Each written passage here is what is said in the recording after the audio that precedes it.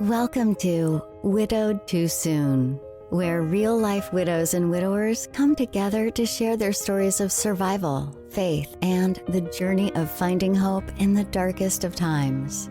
Whether you're newly widowed or have been on this journey for some time, each week we're here to provide you with inspiration, practical advice, and the reassurance that you are not alone. You were made to not only survive, but thrive. And now here's your host, a woman who has walked this path herself, who finds solace in writing, joy in speaking, and freedom in dancing like nobody's watching. Michelle Bader Ebersole. Welcome to Widowed Too Soon. This is Michelle Bader Ebersole. I'm so excited to be back with another guest today. Oh, first I wanted to share this. My shirt, I don't know if you can see it. Empowered Widows Empower Widows. I just got back from a weekend with the leaders of my widow goals, which I'm sure by now you've heard their podcast because it already came out by the time you're listening to this. And we had an amazing time getting together and planning for the future. As you guys may or may not know, we have 6 widow goals groups right now. And I just put out applications. I just looked at them. There's 15 more people that just filled out the application to be Widow Goals leaders. And we're excited to spread throughout the country. So if you want to be a leader, link is in the description. You can go back and listen to the podcast that talks all about it. But let's get to our episode today. So I'm super excited. I'm sitting with my new friend, Shelley Bates. Shelley, how are you today? I'm great, Michelle. Thank you. Awesome. Well, thank you for reaching out to me and wanting to share your story. I love it when people do that because every single one of us have a story, every one of us. And Absolutely. you are brave enough to share it. And I'm so excited about it. So tell us where you're coming from in the country. Puyallup, Washington. Yes. And that is only a few hours from me. It is. Maybe I'll meet you soon. I know. That would be awesome. Did you grow up in Washington? I did. I was born in Tacoma, and I've been here ever since. Okay, me too. I mean, I went away for college for a little bit, but my whole adult life and child life. I went away for college too, to Portland, to the Museum of Art School. Yeah. Very cool. Yeah. Yes, which is really close to where I live. Awesome. Yeah. So we have that in common too. So let's get started. I know we have a lot to cover today. We do. So let's go back in time. Tell us about your late husband, his name, how you met them, what your life was like with him. Okay. Well, we were 17 years old. And I had seen him at the church that I had gone to. And I thought he was cute, but where I really met him was at the roller skating rink. Oh, cute. And yeah, he tapped me on the shoulder and said, "My name's Lyle, what's yours?" And it began a relationship for 2 years. So 2 years, I got to know him. Yeah. We laughed together. We had a lot of fun together, and 2 years later, he asked me to marry him. Aww. And my dad said, when he asked my dad if he could marry me, he had to come up with $70,000 before yeah.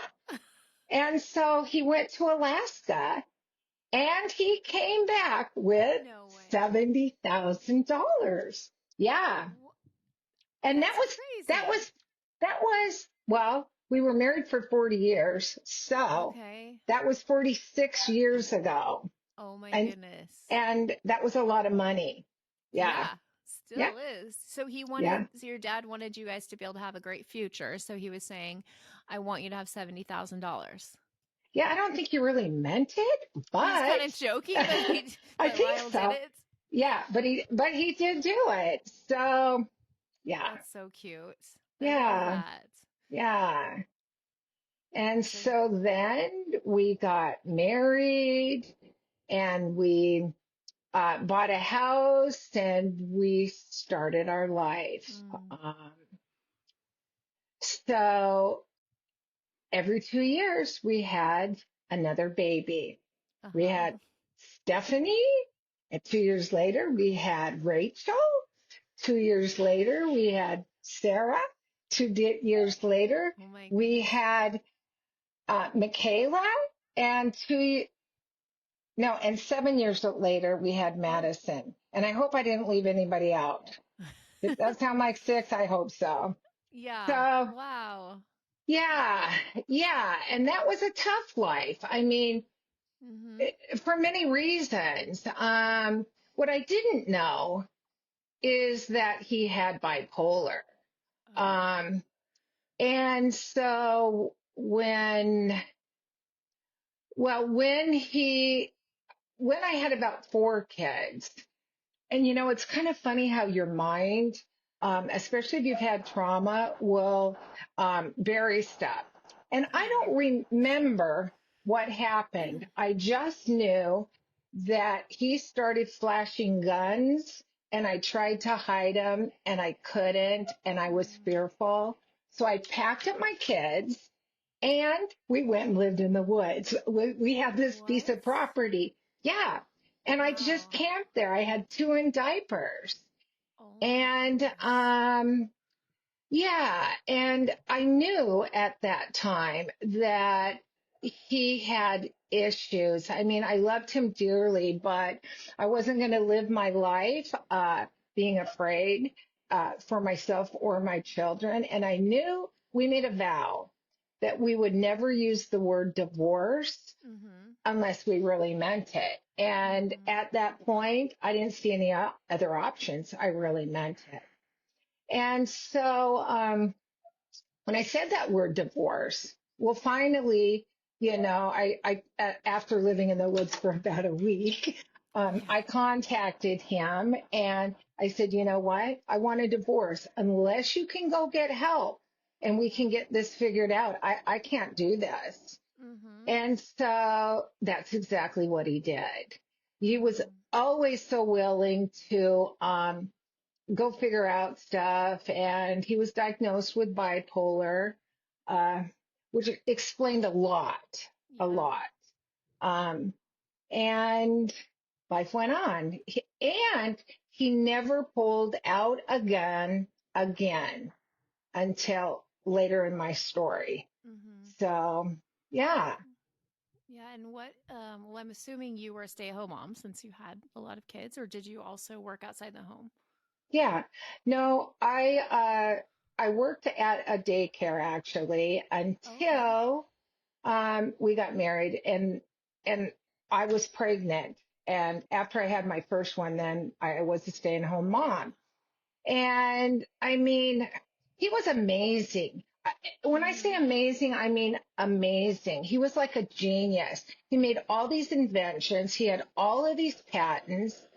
Um, and we just built a really big life. We started a company transporting disabled people to and from the doctor's office. Oh, We were foster parents for several very disabled kids. Like we had one that had cerebral palsy and special needs. And we had her for 4 years and just several other ones that most people would not take. And mm-hmm. somehow between him and me, we were able, along with our six kids, I'm telling you, this was hard. These are the Yeah. hard days. Yeah, we took care of them. And that's actually what started our business is that the Okay. girl that we had was in a wheelchair and I couldn't get her to the doctor and load my six kids in my car. Right. Mm-hmm. And so we bought a shuttle and then from there our company started. Oh, okay. Yeah. And it And became quite large. right. And how So, long did you do that company, or do you still currently do that? Or um, well, the thing about it is I did do it. And then when Lyle died, I continued to do it. But the mm-hmm. problem is, um, my employees had been with us forever and they were Mm-hmm. older and COVID hit. Yeah. And we are picking up sick people and we are taking them to doctors and Yeah. everyone got afraid. Yep. And so, yeah, it just kind of, it shut it down. And I just knew it Mm-hmm. was best just to retire at that point. Right. So, yeah. Right. Tell us a little bit more about because I'm not that familiar. I mean, I know what bipolar is, but I don't know what it's like to live with someone, and maybe a lot of listeners don't either. What was life like? I know it's really high highs and really low lows. Can you explain a little bit more about that? Well, yeah, I will. Um, so it's well, if I could tell a little bit of story, I'll go Yes, back please. to right after we got married. Um, the first thing I noticed is it was sex, sex, sex. It was sex, Mm, not one time, not two times, sometimes like 5 times a day. And I was thinking, I grew up where you didn't really. Talk about sex, right. you know. Uh-huh. My mom didn't talk about sex. The church didn't talk about sex. Right. No one talked about sex. So I wasn't about to talk to anybody about sex. But Right. then one day I said, you know what? I'm calling your parents. I am going to tell them what you're doing because this is crazy. This is not normal. Right.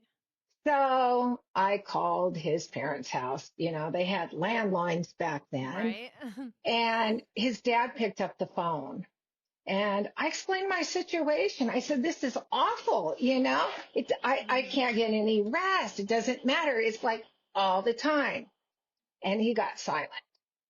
And then his wife came back and she says, hi, can you tell me the situation? And I oh, did. wow.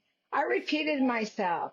And she said, well, Shelley, just so you know, you're not single anymore. You're married. And this is your Uh-uh. responsibility as Mm, a wife. no. I know. So, but what was I to do? I'm 19 years old. Oh my I figured goodness. if I ran to his parents, um, that was like the only help I had to know that Right. it wasn't normal. And what's really funny is today, just today before this, I Googled it. So I asked Google if sexual addiction was a part of bipolar. And Mm, it said yes. Sexual addiction is considered relatively common in people with bipolar as a symptom often associated with manic episodes where individuals experience heightened sexual desire and engage in risky or excessive sexual behaviors due to to lowered inhibitions. This is often referred to as hypersexuality in the context of bipolar disorders. mm, So, like with him, it was we can do anything. We can, I mean, mm. uh, I can't tell you how many times he said he was going to be president of the United States. But then the fact was, he could do anything. I mean, he could fix any boat. He was a Wow. mechanic. He was an inventor. He had a brain like you wouldn't believe. Um, but I could do nothing. There was a lot of criticism for anything and everything I did. So while he was really high, high, high, I was expected to be this super person. Mm-hmm. And I worked really hard being a super person. But when he was low, everything was wrong and it was such a negative place. And what I would do is I would call it the black cloud. I would just not paying any attention, just, stuff it down. Yep. And when he went to bed, when he woke up in the morning, it'd be all different again. And maybe it would be back Right. You didn't way know. high. Right. Mm-hmm. So it was a constant roller coaster of the Yeah. highs and the lows. Yeah. Yeah. That's But there were awesome. really, really good times. And he Yeah. could be the most wonderful person, Mm-hmm. or he could be a person that you wanted to kind of hide from, but Mm. never violent or anything, but always wanting sex, like always wanting sex. So for us, that was always like a really hard place because I knew what it meant. It didn't mean I love you, it meant I need my need fulfilled. And so I had somewhat of a bad taste in my mouth for sex. Yeah. Mm-hmm. So you were 19 when you went to his parents, like when did you learn that you didn't have to do that? That, because I know that's actually a common misconception. Especially it used to be that once you're Right. married, like you got to do whatever your husband wants and it's his Right. body now. Like when did you have the realization that you didn't have to? Like, did you have a friend speak into your life at some point or? No, I just did it myself. I would get braver and braver, but I'm a people pleaser, so I like to please. And I don't like it when people are mad at me. And that's what would happen. I would get this cold shoulder, this almost you're invisible. Oh, yeah, there would be a price to pay. But it wasn't always like that. He got a lot better as life went on, especially like that last year that he was alive. Yeah. So tell us about when everything changed for you, like when he died and what that was like. Yeah. So when he died, I remember about a month prior to that, um, he had said to me, Shelley, there is only one thing in my life that makes me happy, and that is having sex. Um, yeah, what do you say to that? By that time, you know, I didn't have any answer for that. And yet, I wasn't having sex, and actually not even very much at this time because I didn't like it. Yeah. And he knew that. And it wasn't that I didn't like it. I just didn't like the feeling that it was always about him to please him, So, yeah. So, the day that it happened, so, oh man, we lived in this big, gorgeous house. I mean, we had built up our company and it was like booming. And we moved into my dream house, his dream house on the lake, on Lake Tapps. And we even had one of my daughter's weddings there. People flew in from Hawaii to come Wow. uh, to this wedding that was at our house. But let's see, where was I? Oh, and so my daughters, um, two of my daughters, Brianna and Michaela, we had an art business in a part of the house. Yeah. And I was really good at teaching people how to paint people. I painted this one of my husband and my What? brother. Yeah.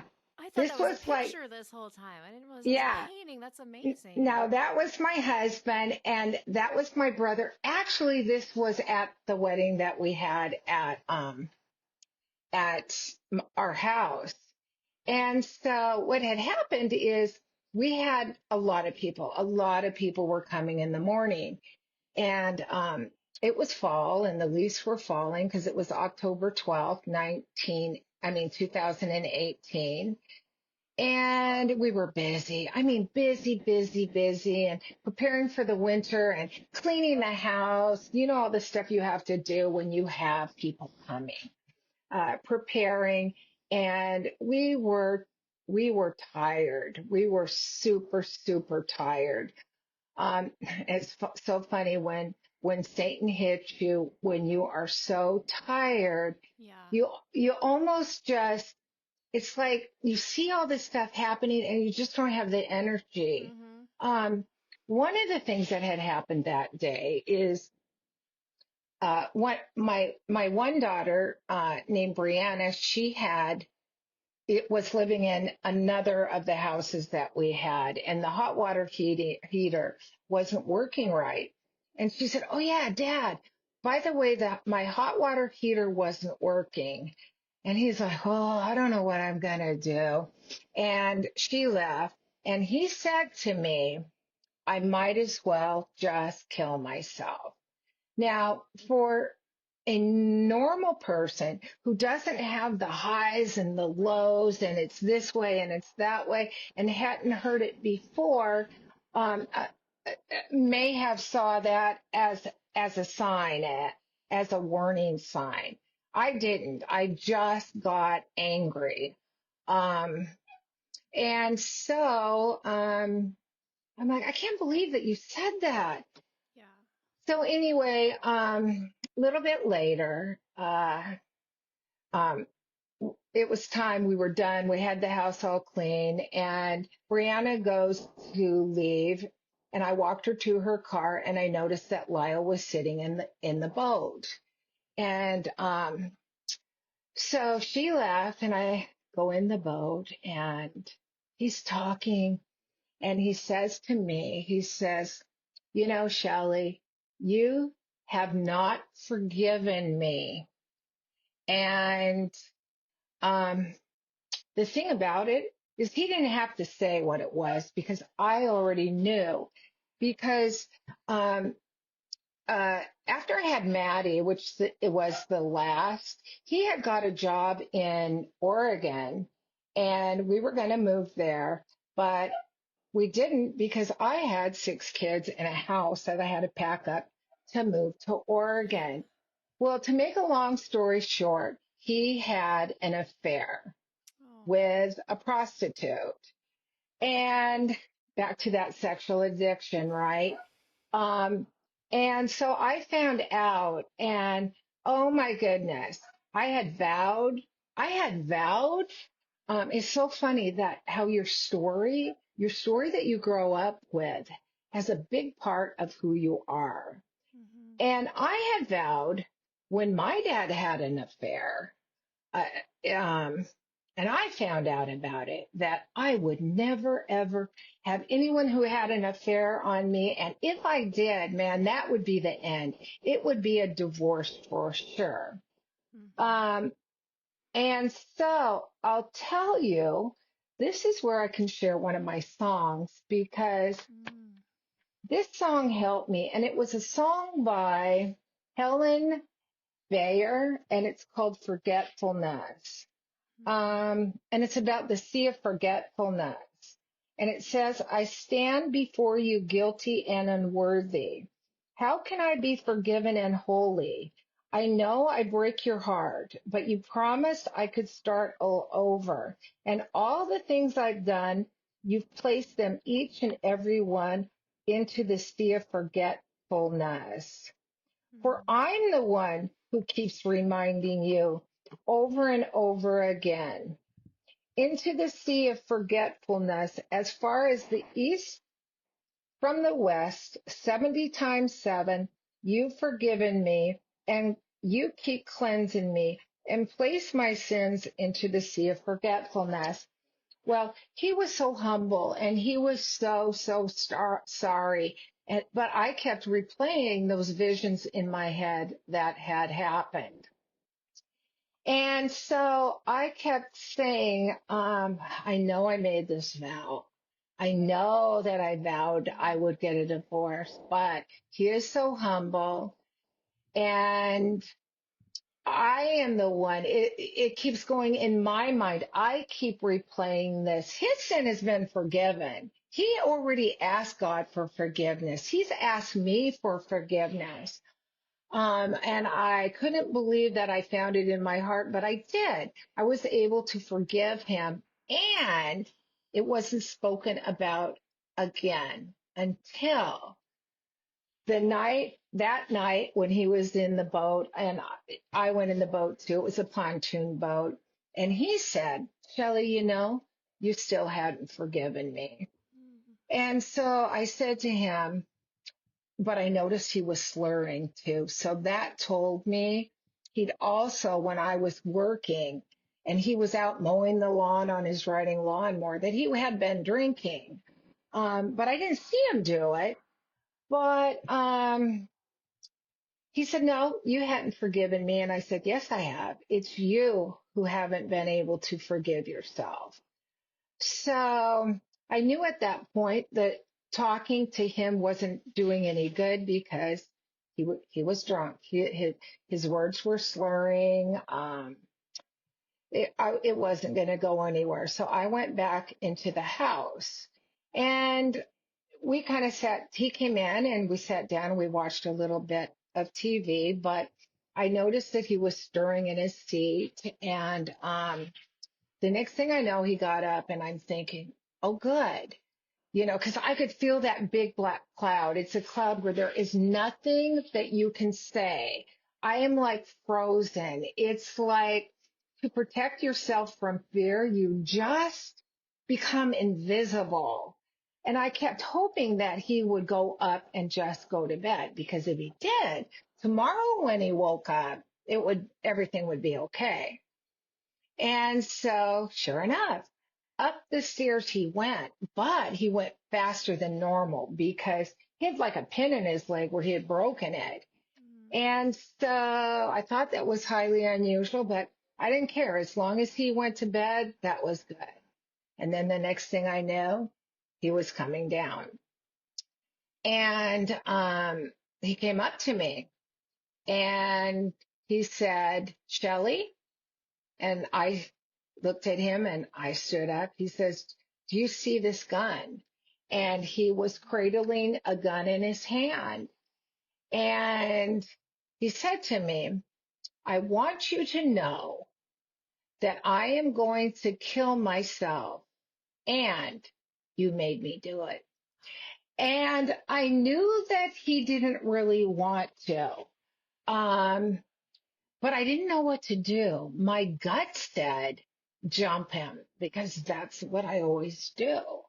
But I heard this voice in my head, and it said, yeah, you can jump him, but if you do, it's going to go really bad. So he took 2 steps, out the door, and I kind of followed him.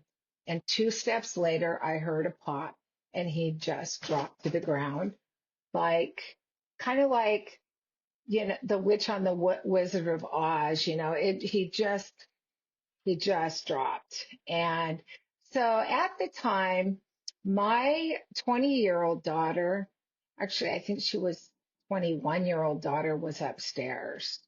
So I called her down and I said, um, Maddie, your dad just shot himself. And well, of course, I went over to him and I rolled him over, and I definitely knew there was nothing I could do before I called my daughter down. And so then I tried to call 911, but guess what? I didn't know. I didn't even know where I lived. So luckily she did. But I was like a robot. At that time, my highs had been so high and my lows so low that I could react to just about any situation. You just do what you need to do. Right. So I called the police. I called, and then I started calling each one of my kids.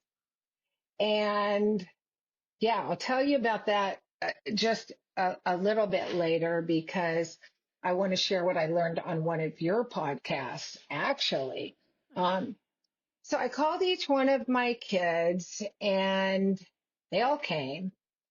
But you can imagine, with all your kids and all your son-in-laws, who by this time, it's been 20 years, they knew him. I mean, it's been 40 years for me. I just had we just had our 40th wedding anniversary just a few months prior. But I mean, like, son-in-laws, they had known him, some of them, 20 years. And so it was a sight, and it was an awful sight, because a mother never, ever wants to see their kids in that much pain. So I just did my thing. I act like a robot. And I was able that's how I got stuff done. But, the police in questioning me, I didn't act right. I didn't act right because I wasn't crying. I wasn't bawling. I was just in like a robot mode. Just, all I could do was two things. And I thought every eye, all my kids' eyes, my family's eyes, his family eyes, all our employees' eyes, everyone's eye is on me. And I didn't know how to act. Mm-hmm. And the first thing I thought, when he had shot himself, what came to my head was, my God, why hast thou forsaken me? And so, yeah, at that time, I was just so angry and I felt, God had deserted me and I was abandoned. Mm-hmm. So yeah, those were hard days. Oh, And yeah. yeah, Sounds like, I mean, such a horrible thing for you to see, and then all of your kids. And do you feel like you were kind of like in shock in the beginning when you were being in robot mode?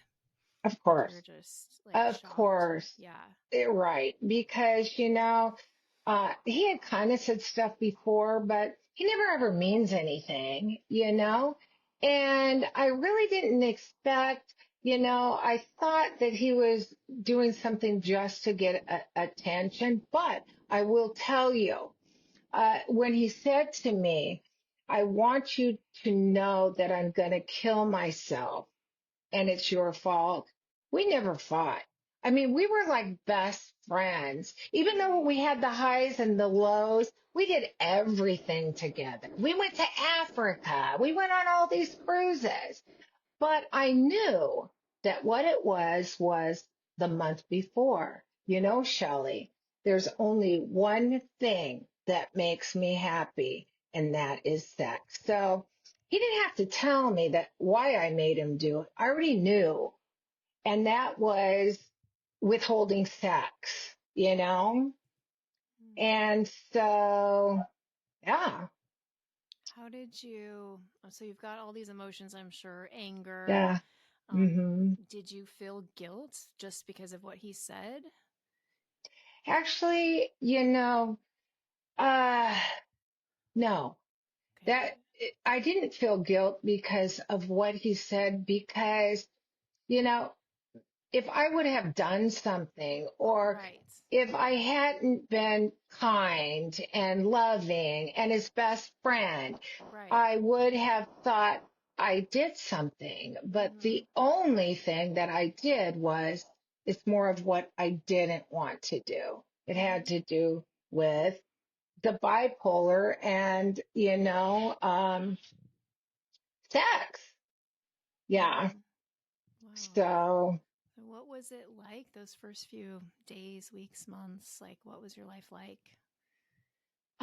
well, I will tell you, thank goodness I had my family and I had my kids because, I mean, they were just like amazing. But I was really, really mad at God. I really was because Yeah. my thought was, you know what, God, you knew Mm-hmm. before he was born Mm-hmm. what would happen.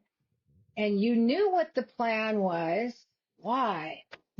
Why me? If you knew this, and he was so close to God, I kid you not, he would be the one who would pray with me at night, pray over our kids, go to church, and Mm-hmm. he was like the first one up when they called for something. So he had, the most wonderful heart. um, and the days after, my kids planned a, a celebration of life, and that was like awesome. The church was like packed because he was very, very loved. Most people didn't know my struggle, or our struggle, because to Mm-hmm. him, he was always on the high. He was always just happy go lucky and would do anything for anybody. Um, so But for me, not only was I mad at God because he had abandoned me, I had to make sure that I stayed in control and I did not cry, because if I cried, then that would mean I would be giving my pain on my kids, and they had already gone through enough pain. I didn't want to do that. So I was very good at just holding myself together until I used to wait. Oh, Maddie, please leave, please leave, please leave, please leave. Just so when she went out that door, I could cry. Right. Because I had just put those rules upon myself that I had to be strong enough to bear this for all of us, you know? So, yeah. Yeah, that's one of the biggest grief myths. So in the classes I teach grief recovery, we talk about be strong for others is one of the biggest things that we sometimes believe. Yeah. But there is a balance. I know what you're saying. There's a balance between like holding it together for our kids, but Right. also showing them that it's okay to grieve. Right. But I totally get that. It was like when, I would cry with my kids, but when they would leave, then I could really cry. Right. That you could get it all out. Yeah. And the thing was, I got married and when I was 19, and I had never, ever just done stuff with me. I mean, it was doing everything with him. It was when my kids were born, it was doing everything with them. And I didn't know what it was to be me. Right. And so when we died, when he died, that part of me died too. Yeah. And now I was on my own, and I had to find out who I was, Right. which here comes more of my song. So when Maddie would leave, I would, Lauren Daigle was like, oh my gosh, I could not have made it without Lauren Daigle, Right. because Her songs are so good. especially when you have someone with bipolar. And so what I'm going to read what I've copied some of the words, but I keep fighting voices in my mind that say I am not enough. Every single lie. Oh my goodness. All these lies that I had believed tells me that I will never measure up. I am more than the sum of every high and every low. Remind me again just who I am, because I need to know. And you know what? I was so lost. I did need to know. And I was so angry at God. And then it says, you say I am loved when I can't feel a thing. I was so numb. You say I am strong when I think I am weak. You say I am held when I am falling short. And when I don't belong, you say I am yours. I believe. And you know what?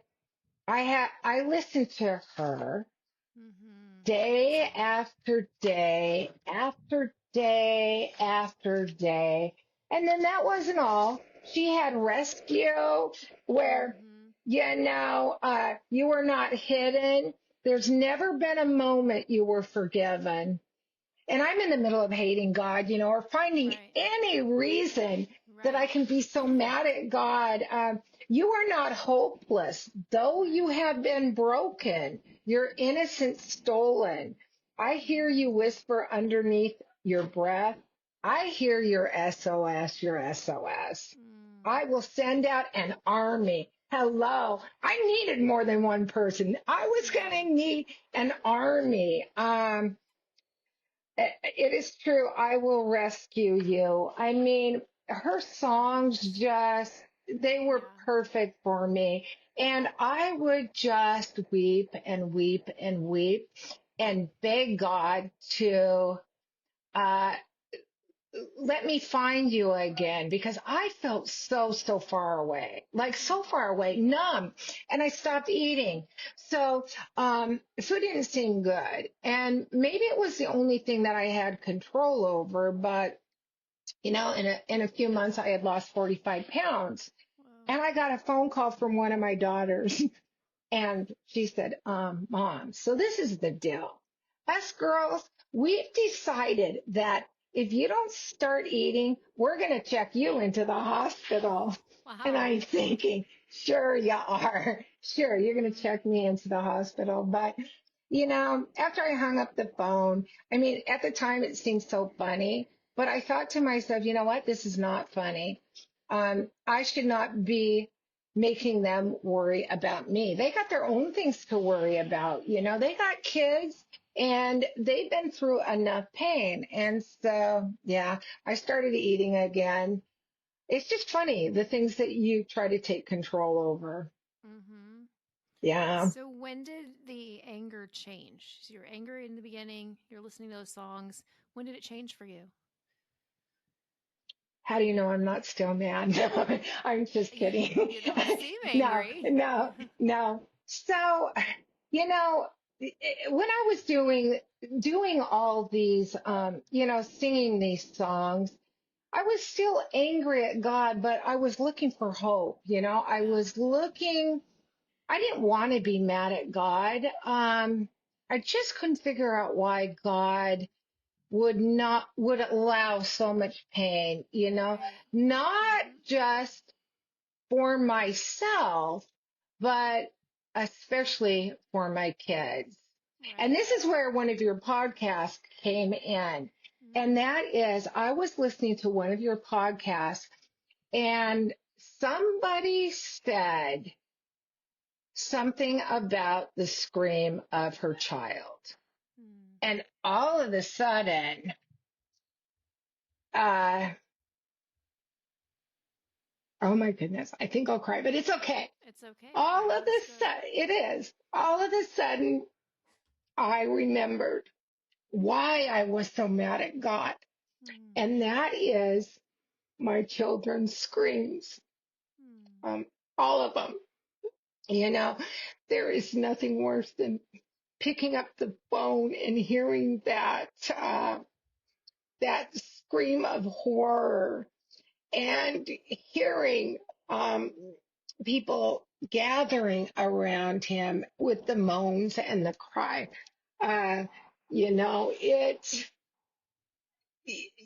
so you know what I realized, and this was like 2 Sundays ago when I had heard it. Oh my goodness, I was getting ready to go to church, and I'm like, you know what, Shelley, I think what has happened is even though I could forgive God, you know, forgiving me somebody and not stopping it. And even if I could forgive Lyle for killing himself, the one thing that I hadn't done was forgive him for what he did to my kids.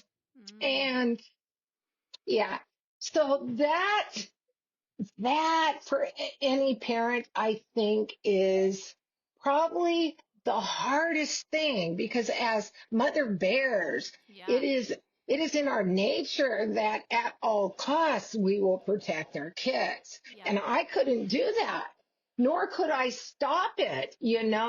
So I'll tell you, so what happened was I I went nuts. I mean, I didn't go nuts, but in my quest to find me, I had to figure it out, because I had always been the kid that was so good, that always wanted to please everybody, wanted to fix everything for everybody. And now I had to figure out who I was.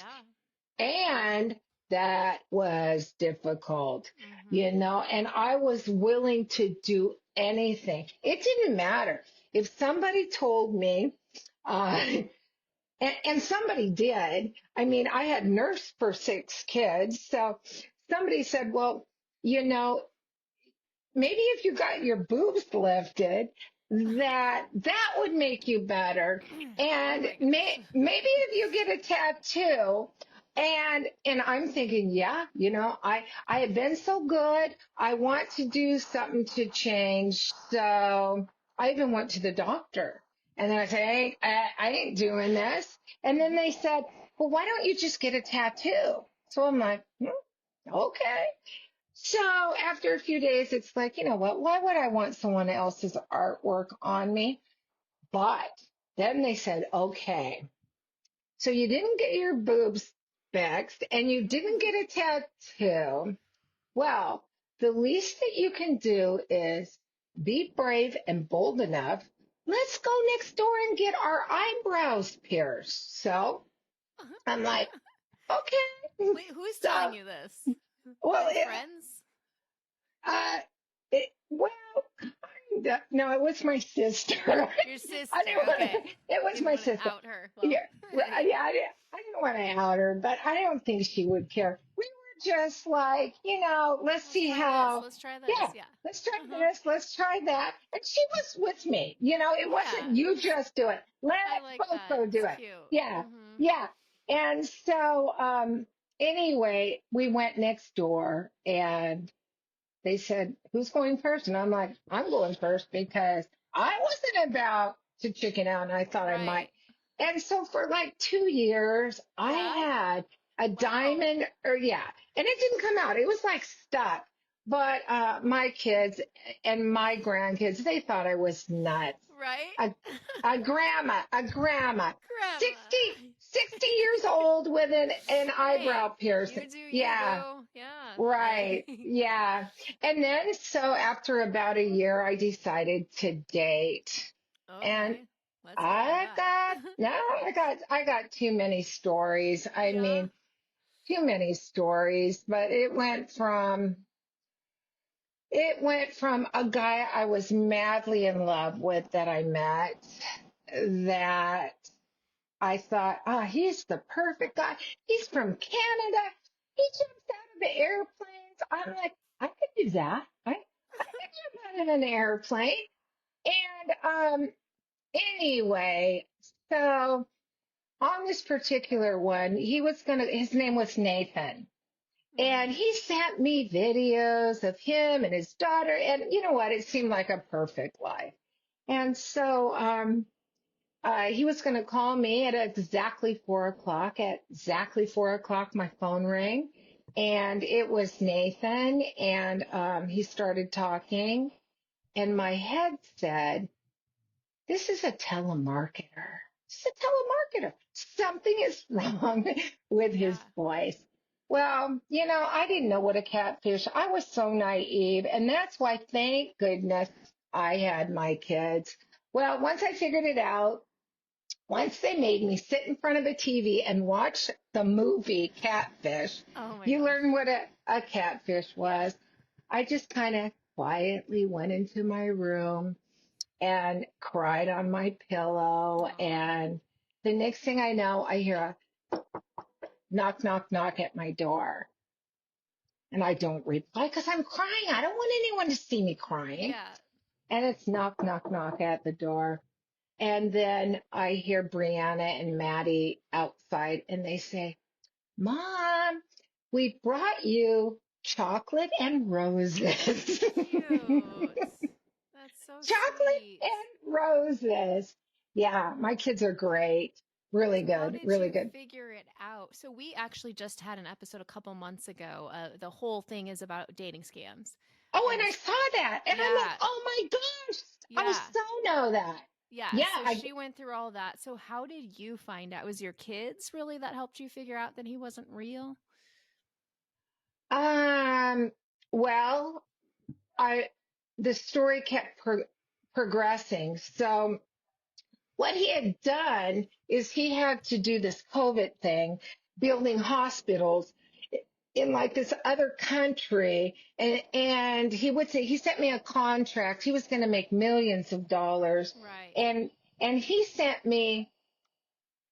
made the mistake of sending me the contract because I'm not stupid and I know what a Right. contract should look like, and it didn't look like the contract.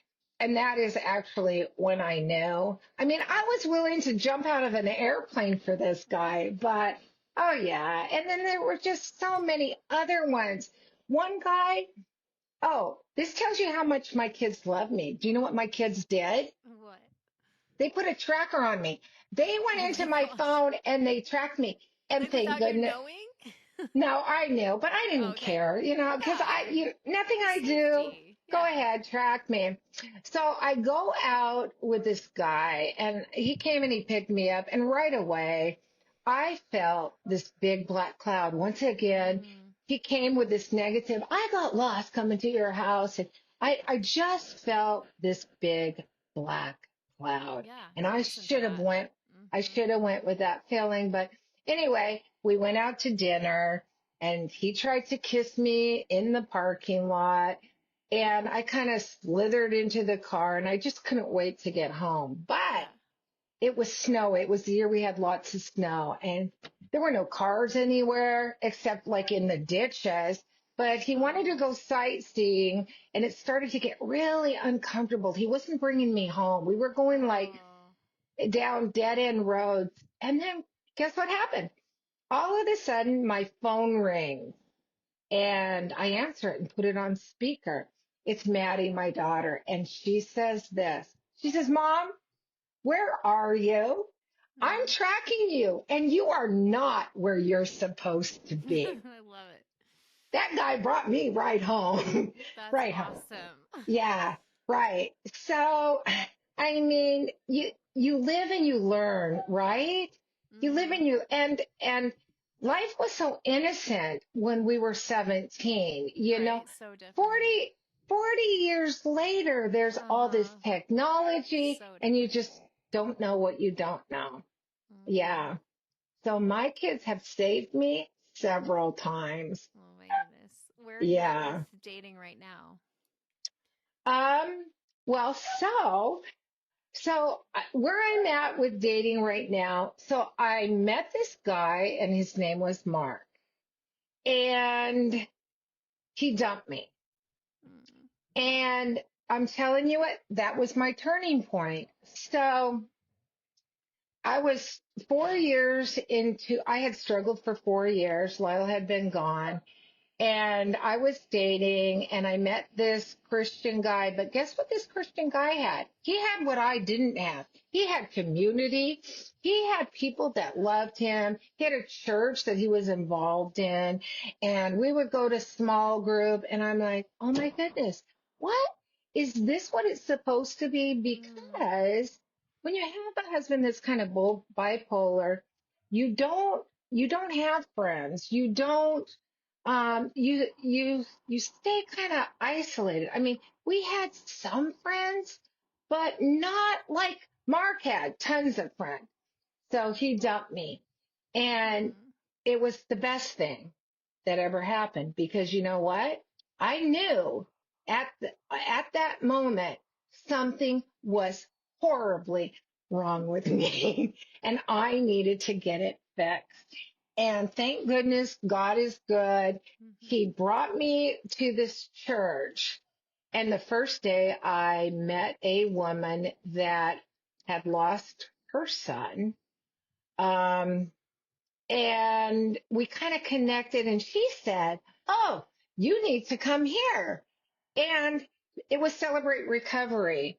Mm. And it was the next day. So I did. I didn't know why I needed to go, but I did.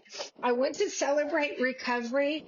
And the next thing I know, I was in everything. I went to Grief Share. I went to Rooted. I did 12 steps. Um, I did Brave. So this is my Brave Enough book. Mm. One of the pastors at my church, made this book. Wow. And, the thing that stood out when I took this class was, um, the lies that I constantly told myself, what is the lies? And, this verse, God has not given to us the spirit of fear, but of power and of love and a sound mind came to me. Yeah, that was 2 Timothy 1. But ever since I took the class, I run into situations and I have to tell myself, because I'm a people pleaser and I want to make everybody happy, and I think that it is up to me to do. I actually almost think, okay, so in 12 steps, the first thing I learned was about denial. That's like the very first step, was to realize I am not God. I admit that I am powerless to control my tendencies to do the wrong thing and that my life is unmanageable. Um, I have lived in a lot of denial. It comes with part of what I had to do is I had to live in denial. But oh my gosh, after taking all these classes, Wow. I found that all of a sudden, guess what? I had a community. Yeah. I had lots of girlfriends. I had, lots of people who had gone through all this different stuff. And guess what? I found that the people that are recovered drug addicts and recovered alcoholics are like the coolest people ever because they have done the work to get out of that hole. And oh my gosh. So anyway, as the story went on, then guess what? All of a sudden I have my own community. Love it. And the next thing I know, Mark and I got back together. And so, having a relationship when you're old, like I'm 66 and he's 70, it kind of looks a lot different than it might to somebody. But oh my goodness, guess what? He has taken me. I have been to Rome. Wow. I have been to Ireland. With a widow friend of mine, I've been to Greece. I've been to Turkey.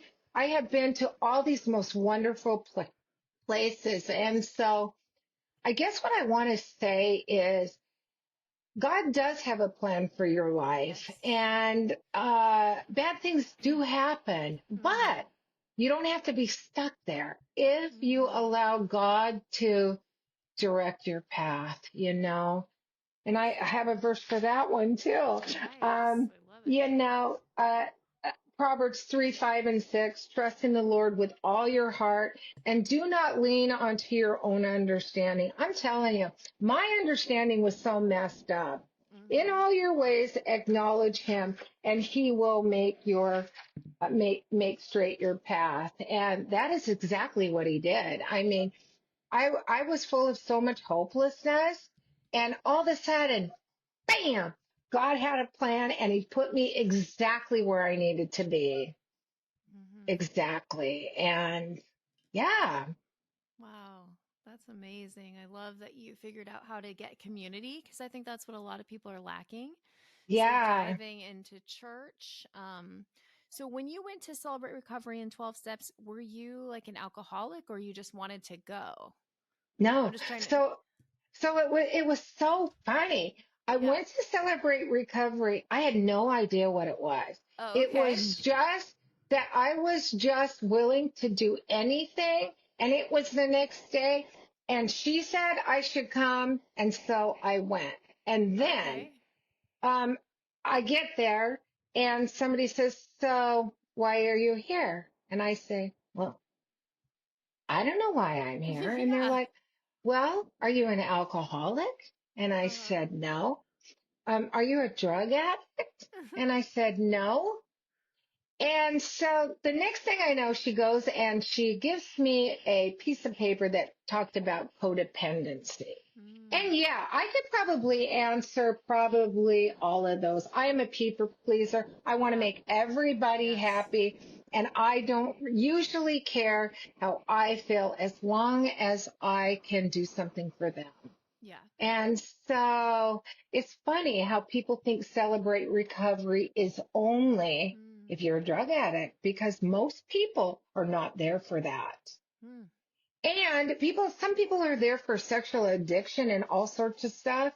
Well, it kind of makes me understand like the journey that I went on when I hear the stories of what they went on. Mm-hmm. Yeah. Yeah.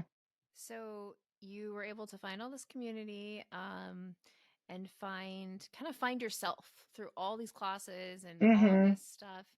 And Yeah. where would you say, so I know we talked about you were angry at God, all of that stuff. Like, where would you say you are now? Do you feel like things are pretty peaceful? Like, just kind of what's your life like now for us to know? Uh, well, I love my life. Uh, every day it's something different. I Yeah. mean, I go to church a lot.